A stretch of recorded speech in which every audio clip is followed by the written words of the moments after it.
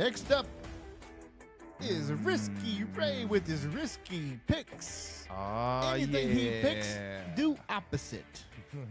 You are up, my friend, or Mr. Risky. That is called fading your picks, ladies and gentlemen. That is called fading my picks. Fade my picks if you want to. It's up to you. But you ain't going to win money like I do. Here they are. You guys ready for them? Let's go. What do you got? The anticipation is killing me. All right. Okay, here. You guys pick. Do you guys want me to do college first, or you guys want me to do NFL first? The anticipation is killing me. Right. I say go with college Roll first. with college. We're watching college Alright. football. We're watching K-State getting their ass handed to them by Oklahoma State. So let's roll with college. The anticipation is killing me. Here we go. All right. I like Bama 2.5 over Texas A&M. Say what you want. Number 11 and Texas A&M. Texas A&M has beat Alabama, but surely Alabama can kick a field goal and win on the road against Texas A&M. Come on, Nick Saban. Do me something good. All right, this is a Risky Ray lock. That was just a fun one. Risky Ray lock, Michigan, 18.5. Don't even think about it. Just take it. 18.5 against Minnesota. Minnesota is terrible. Michigan rolls. They're not even on the upset radar. Nobody's even talking about Michigan. There's no pressure. There's nothing. Take Michigan at 18.5. I swear. Thank me later. Georgia. Now, Georgia's pissing me off. Georgia last week, I thought they would be able to roll Auburn, but they didn't. So they messed up my parlay. Georgia was the only one they messed up my parlay. But just because they pissed me off doesn't mean that I'm not going to take them on the next week against Kentucky. 14.5. Lay the points. Georgia at home. Rolls, baby. Rolls. All right, here's the next one. You want to get a little bit of juice on this one. You can probably get it. I think last time I checked, it wasn't much, but you get it almost plus 300 on this if you get that Michigan and Georgia locked in. And these should be layups. Take Ohio State to win against Maryland. They're favored by 19.5. There's no way I'm taking 19.5. No way. Just take the dub, but also take the Marvin Harrison Jr. anytime touchdown. Is he playing? Yes, Was he he? is Okay. playing. Oh, yeah. I knew he was absolutely. injured. Absolutely. Take that. I think you get plus 300 or something like that when you get Michigan and Georgia. I will say one thing. The Alabama bet, I do like that.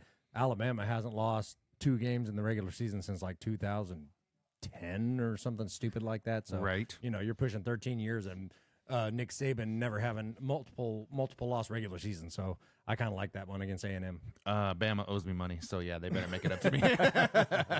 They better make it up to me this Saturday. Not betting a lot, but I need some money back. Hold on real quick. I'm going to jump to this real quick because it's fresh on my mind. Did you guys see Utah, the NIL deal they gave their kids? Well, what? The Utah Utes football team gave every one of their scholarship players a brand new truck, a $50,000 truck, 85 players. They did a cumulative NIL deal for all of their football players, and every single player gets a brand new truck.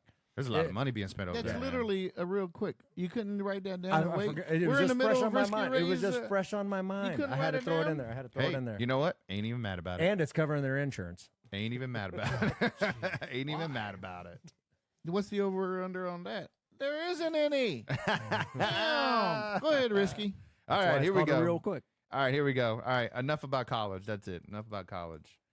All right, this is NFL time, baby. This is where the money's made. He said, all right. All right, this is where the money's made. NFL right time. here. Let's NFL go. time, baby.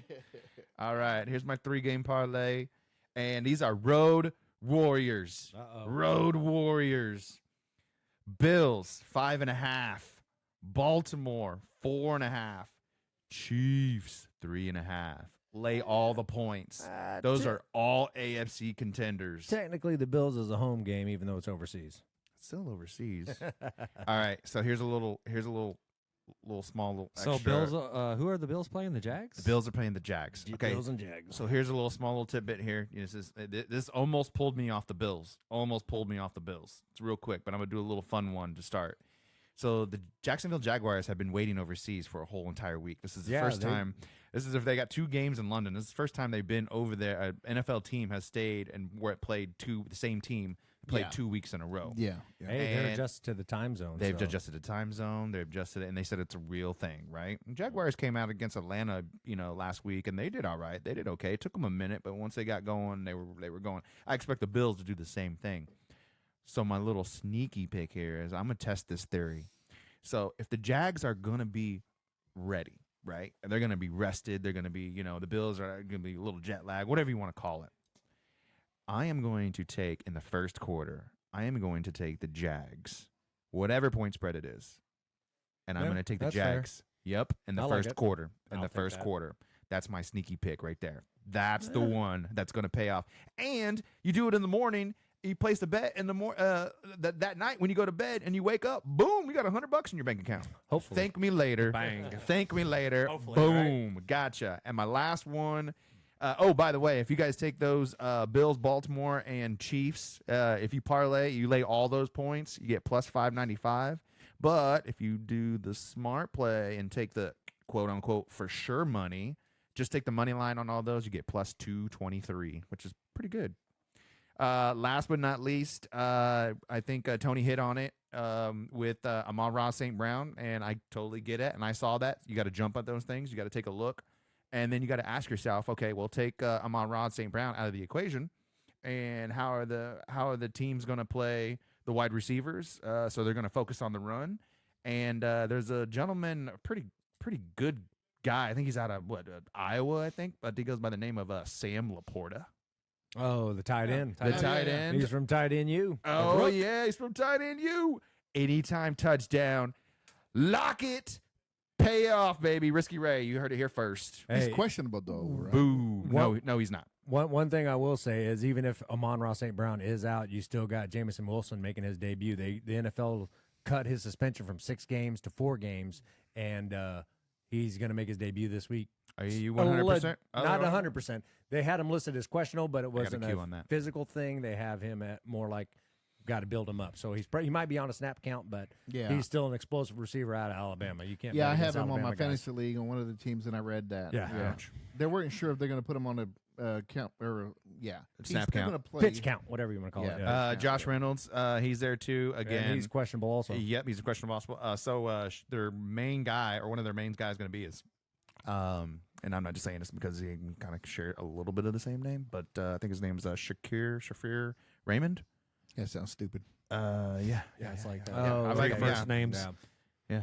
Don't be surprised either if you see Jahmyr Gibbs lined out and out as a wide receiver. Oh yes, I'm so glad you said that. That's a huge mismatch on a linebacker. So when last week when I was at the Lake of the Ozarks and I was trying to get my bets in and let you guys know and you guys couldn't hear me and you guys did a really good job of deciphering what the hell I wrote down. That was pretty good. I was pretty impressed. Yeah.